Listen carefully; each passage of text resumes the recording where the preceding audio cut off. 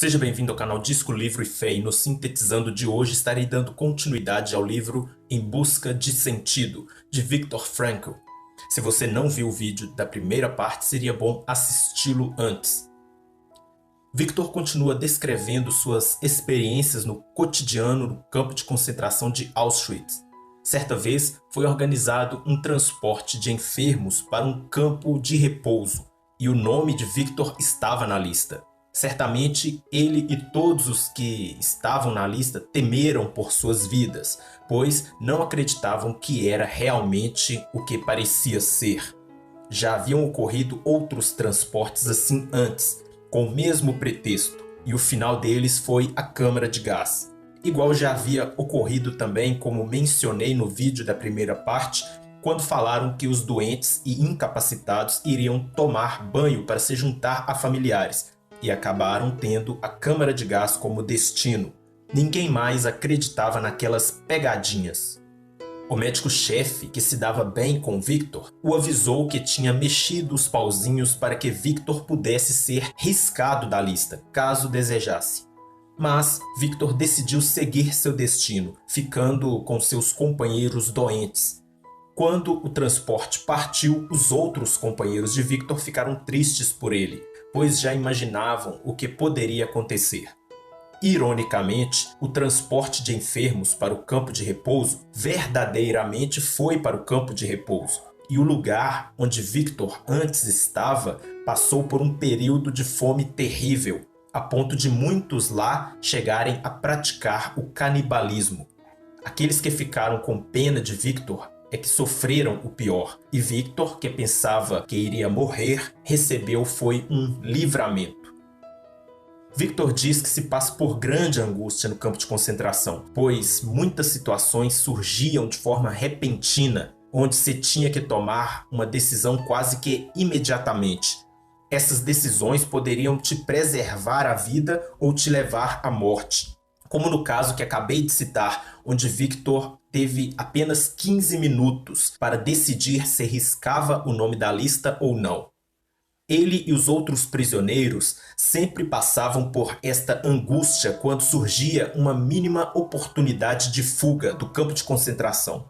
Como dito, as oportunidades surgiam muito rapidamente e tinham que tomar a decisão de fugir ou não depressa.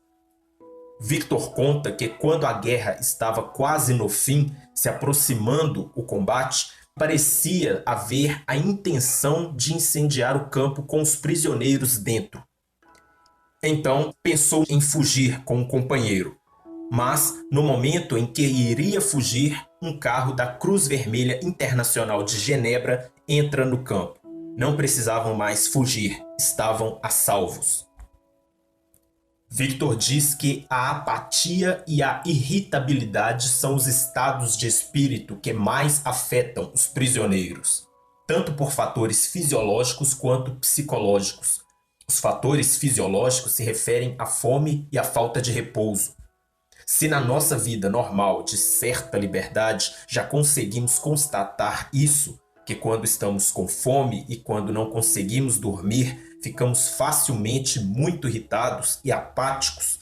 Imagine em condições extremas, como as que os prisioneiros passavam. E os fatores psicológicos consistiam nos complexos, como por exemplo o complexo de inferioridade. Se sentem inferiores, incapacitados, causando também esse estado de irritação e apatia. Viktor retoricamente pergunta se é possível ter liberdade interior, liberdade espiritual, em um ambiente tão rígido, engessado e agressivo, onde a vida praticamente é imposta aos prisioneiros, onde se é totalmente condicionado pelo ambiente, circunstâncias, influências, como é o campo de concentração. Então, o próprio Viktor traz a resposta com conhecimento de causa. Ele diz que sim, as pessoas podem, mesmo nessas circunstâncias, agir de forma não esquematizada, superar a apatia, a irritabilidade e agir com generosidade, amabilidade e dignidade. Claro que foi uma minoria que conseguiu isso, mas é prova suficiente de que é possível ter mentalidade, ter liberdade interior e dar sentido não somente à alegria, ao que é belo, mas também àquele horror no campo de concentração. Ele diz que se há sentido na vida, haverá também sentido no sofrimento, porque o sofrimento faz parte da vida. Quanto ao psicológico dos prisioneiros, Victor observa que somente se rendiam, somente se entregavam às influências do ambiente no campo de concentração aqueles que haviam entregado os pontos espiritual e humanamente, aqueles que não tinham em que se segurar interiormente. Segundo Victor, a pessoa cuja situação não permite prever o final de uma forma provisória de existência também não consegue viver em função de um alvo. Alguém que desiste de si como pessoa por não ter esperança em algo futuro e ao mesmo tempo deprecia o seu momento presente, por pior que seja, acaba entrando numa forma de existência retrospectiva, vivendo apenas do passado. Com isso, a pessoa deixa de crescer interiormente.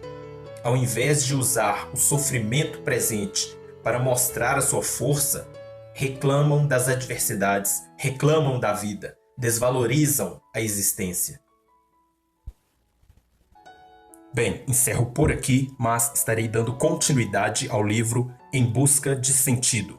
Que a paz seja com você e até o próximo Sintetizando.